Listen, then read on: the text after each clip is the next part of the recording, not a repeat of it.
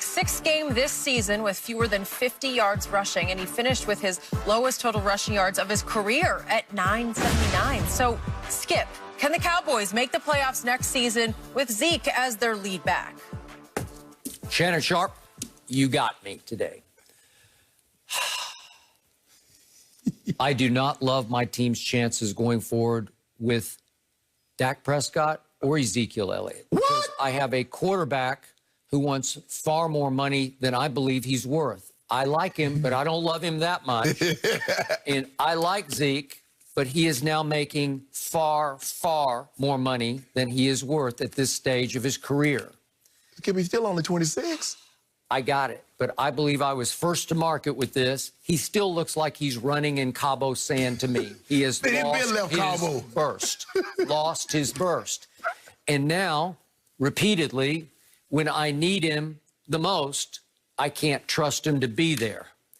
Yesterday, he waved out first quarter with some kind of weird, mysterious injury. 1st and 10 at the 16, down 6-0, when you have a chance to seize control of the game because you could say, hey, I'm the best player on the field. You can't stop me. And I thought it was his moment and his time, and he waves out. And if he was truly hurt and could not return to the game, I'd be good with it, obviously.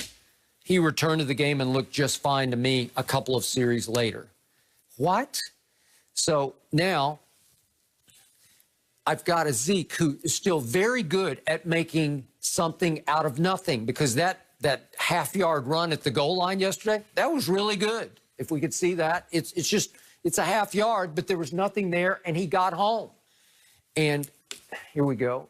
And there's nothing, so he just willed it over. He fought it over. My problem is he can't make something out of something. When you give him something, he can't make much out of it, because he might get you 2 or 3. He might. If there's a hole, half a hole. You know what it is, Skip? You've been spoiled by Derrick Henry, because every time you turn on your TV, you see a 265-pound man going 50, 60, 70, 80 yards. Okay, well, you can also make the point, I got spoiled by Zeke. Yeah. Love Zeke. I was good with the drafting of Zeke, even though I thought they needed Joey Bosa. I said, this guy is so explosive. You know what got you spoiled is Ohio State Zeke. Those last 4 games. Okay, but how about 2016? Yes. Rookie Zeke, he ran for 109 yards a game. Yes. And that fell to 98 the next year, which fell to 96. Still, it's okay. These are yards per game. And then all of a sudden that fell precipitously to 85 in 2019. And this year it fell all the way to 65 yards a game. Even 80, you could live with 85, because 85 is a very good season, Skip. Do you realize he has plummeted from 109 to 65 yards per game?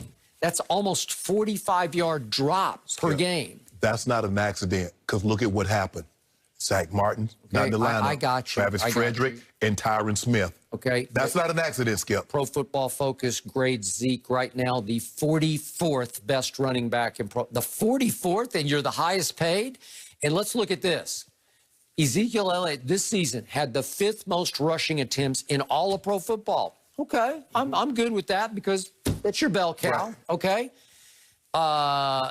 That 65 yards a game ranked 15th in the league, but this is even worse.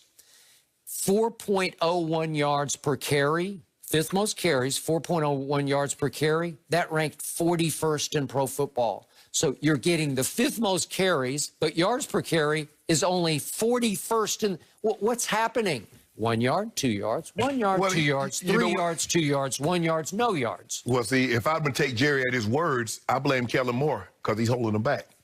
Now, isn't that what Jerry told us? Jerry said Kellen Moore has been holding this offense back. Said that. So is he going to be holding Zeke and this offense back next year? I got it. But do you realize they still owe him $75 million? Do you realize on March 21st, coming March 21st, there's an escalator where you would then guarantee his 2022 salary at $12.4 million if you exercise. Are you going to? Are you going to go tap him on the shoulder, and Jerry's going to pull him aside, maybe take him upstairs to the office? Zeke, we love you, but we need you to help out here a little bit and take one for the team, and we need you to renegotiate. How about your haircut you talk about getting me? I don't know. Are you going to let me go to my barber and let me get a professional cut, or you sending me to Great Clips? Man. And then you have to make a hard choice here. because he's about half of what he used to be, literally half on yardage of what he used to be. Oh. And you have to say, is it worth it to go forward? Okay, okay. Dak got hurt. So Dak couldn't perform to what we thought he would be. So we're going to take him off the board. Okay, you say Zeke didn't perform to what we think he should. But what about these other big dollar guys? What about Amari? What about D-Law? What about Jalen Smith? Do you believe they performed up to their capabilities? They did not. So because Zeke not overall. They had their flashes. Right. They had their moments. And Zeke had his moments, and that's my point. He had one moment against Philadelphia. He went for 131 yards. Skip. And that came, was it one? No, it wasn't even that many. He got 31 yards on his last carry to get to 105, something like that. That's what it was. Skip, the thing is that they always say, that's why you make the big bucks. Okay, guys that's making the big bucks, Skip, those are the guys that you count on a regular basis. And far too many. 1 week I see D-Law, you say he showed up on Pro Football Focus, and then it'll be another 5 weeks he wouldn't be on there. I agree. So you got to have your guys that you're counting on, that you're paying a ton of money to. Those are the guys that need to show up week in and week out. And far too many times, those big dollar guys that we're counting on didn't give you kind of the kind of production for the pay that they were receiving. So you got me.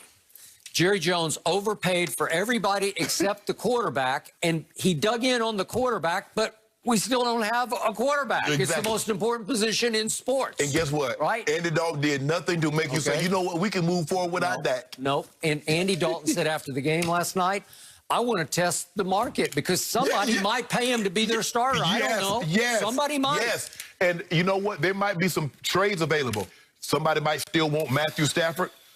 Matt Ryan. There might be some guys that's available, Skip. I got you. Zeke, I still love you, but... Would you like Matt Stafford in Dallas? Yeah, I'd take him. Yeah.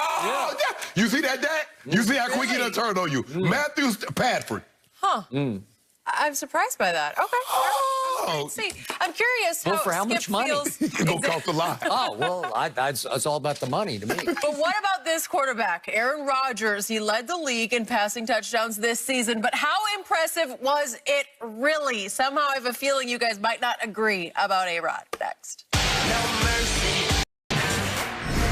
With a 2-3 record and only one game of shooting over 50%, Steph Curry admitted he'd heard the chatter about him losing his touch, and he made a statement last night by dropping a career-high 62 points on the Blazers. Curry went 8 of 16 from deep, and after the game said, quote, "Cue the Jordan meme, right? I take all that personally." So, Shannon, is this a sign of things to come from Steph? Steph is asking Curry a bigger burden. There's no Clay. There's no KD to space the floor, and he's getting those looks that he wanted to take. As Dame said, he used to take shots from half court. No problem. We can make that up. Now he has to be more cautious of when and how he shoots the basketball. And so it's easier for teams to lock in.